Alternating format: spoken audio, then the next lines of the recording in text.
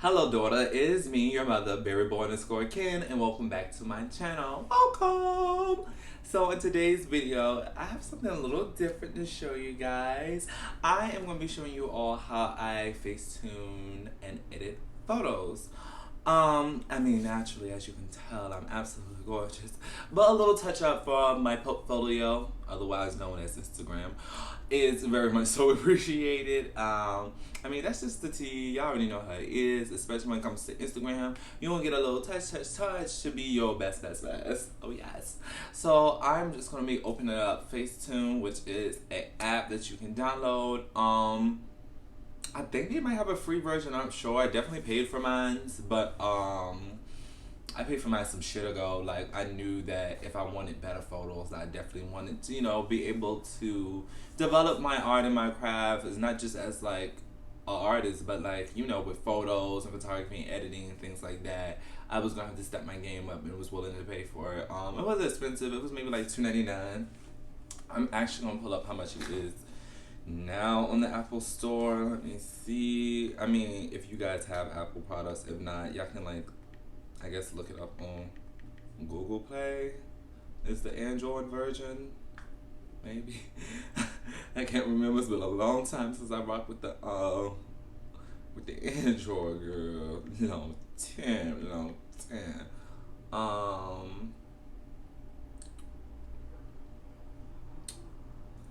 Okay. Couple versions popped up. I see mine's the one that I have, but it's not showing me a price because I already have it. Let's see here. I see Facetune for iPad. That's new. It's $5.99. I did not pay $5.99 for this app, I promise you. Not to say I wouldn't be willing to if I didn't already have it, but let me actually click on it. It looks the same to me. It's no difference. I guess it's just for iPads. Download and achieve magazine level photos today. That sounds impressive. And then I see they have another version called Facetune 2. Which doesn't have a price on it as well, because I also downloaded Facetune 2 just to see what it was talking about, but it was no buzz really. I just used regular Facetune. So yeah, without further ado, we're gonna get right into this video.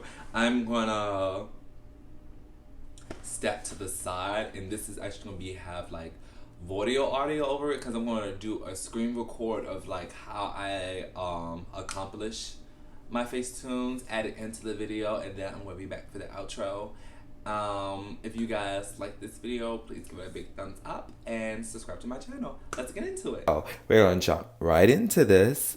So I am in the tools where it allows me to do lightning, and I'm doing a darker lightning on the brows. I'm just going in on both brows real quick and making it darken some of the areas that's a little bit more pasty in the areas where I cover my brows at, just to give me a very full, deep brow look.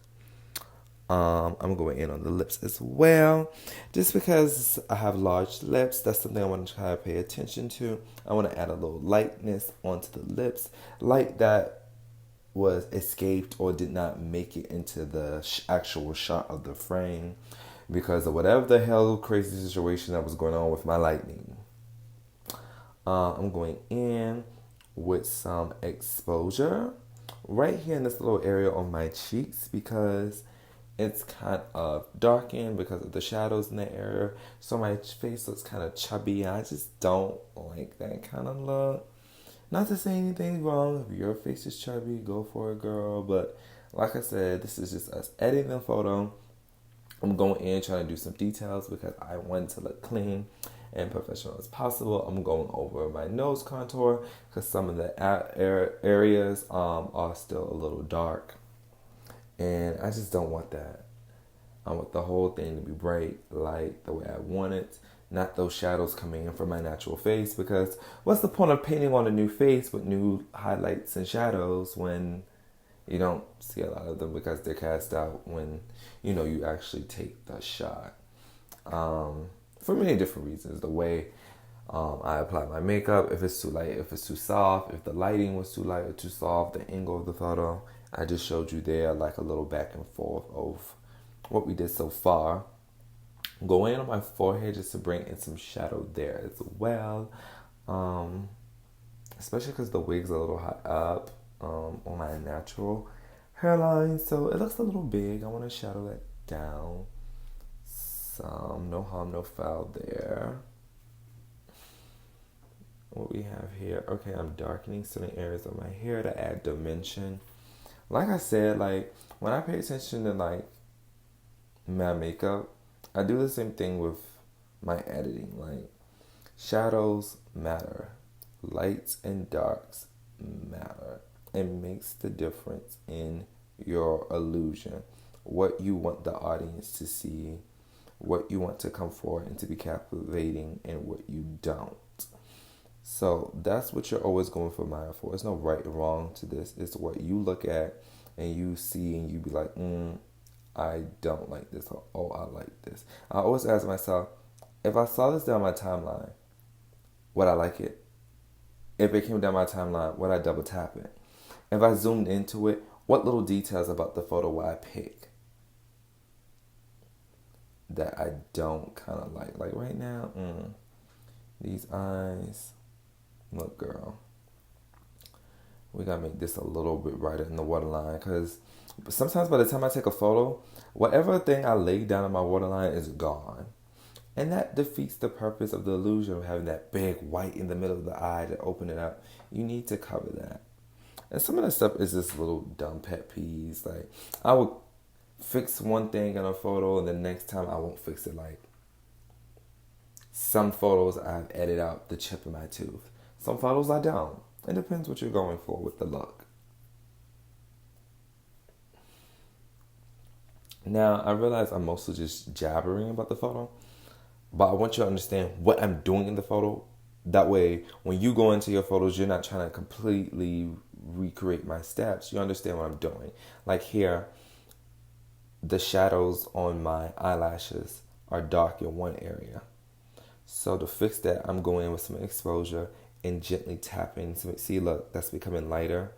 These dark areas, I'm lighting them up. That way they look more toned out with the shadows.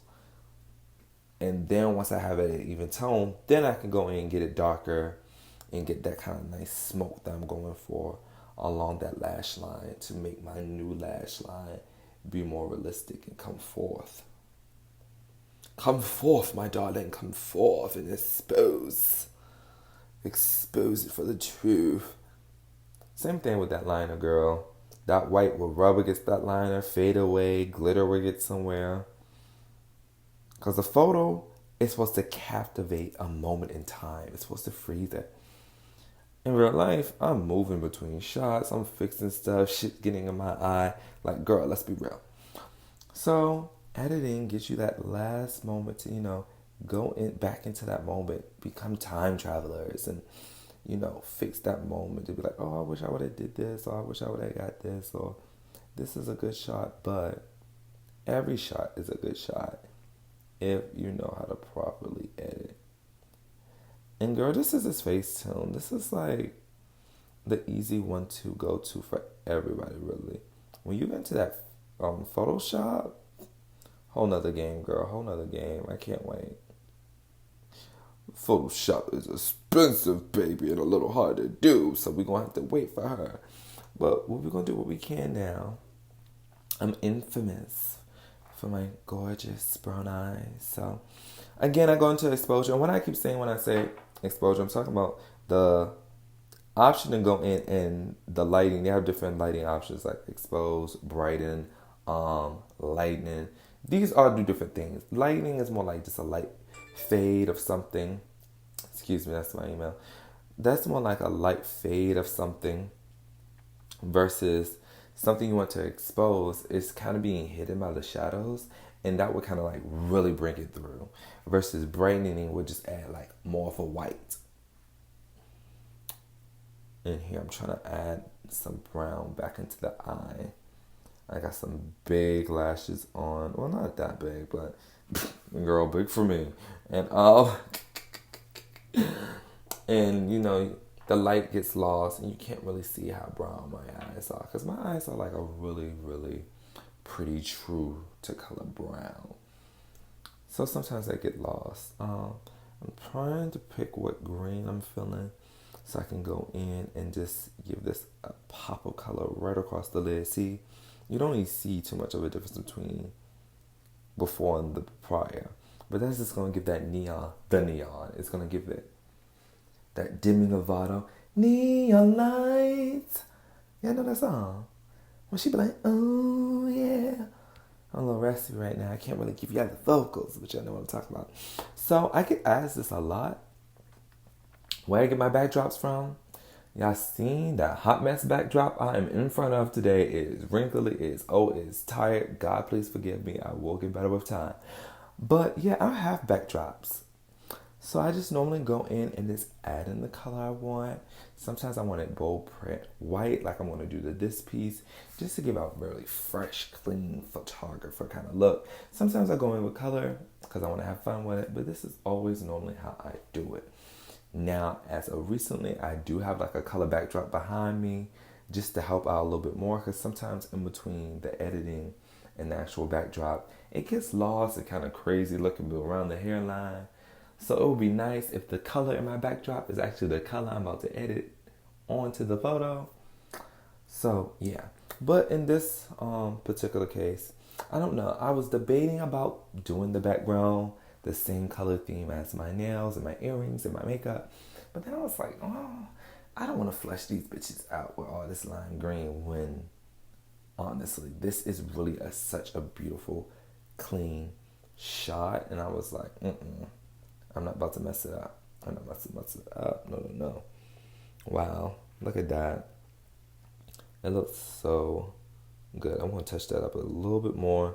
I went over to colors, grab a tone for my cheeks that's a little bit more similar to the area that I want to fix, and I just tapped it in.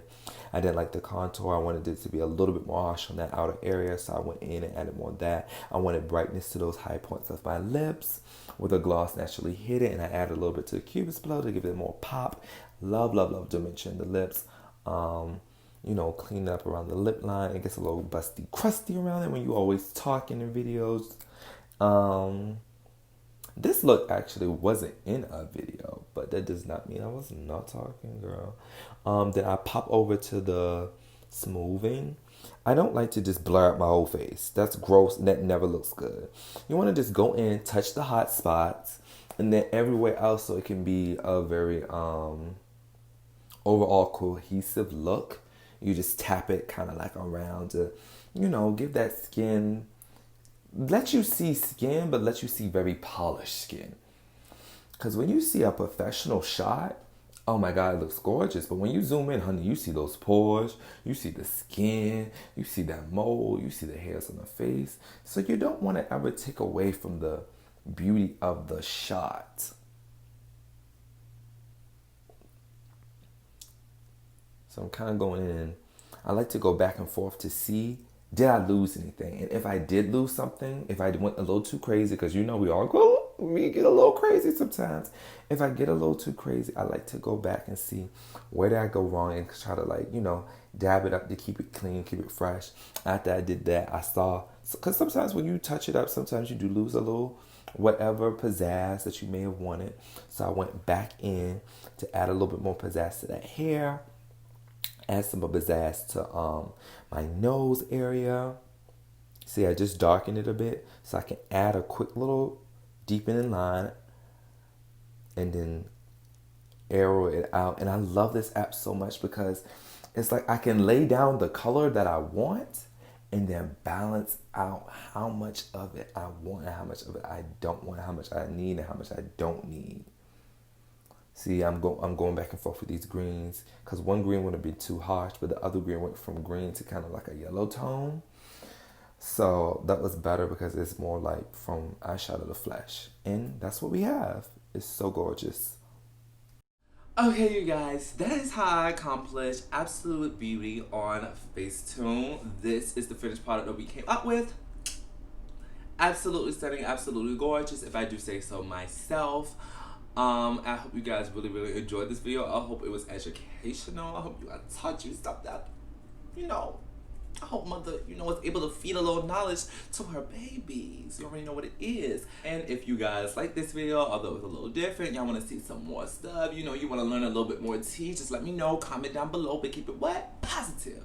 With a capital P, bold print, italics, all that good stuff. Please give this video a big thumbs up, like it, yay! And most importantly, please subscribe to my channel. I'm not fucking kidding. Subscribe. Like, pause it right now. Click the button down below. Hit the icon so you know when new videos come up. All that good stuff. Like, tell your friends, tell your family, tell the cat down the road. Like, tell everybody. Like, subscribe to my channel. Okay? Okay, yes. And remember, and most importantly, to always spread love. I see you guys on the next video. Bye.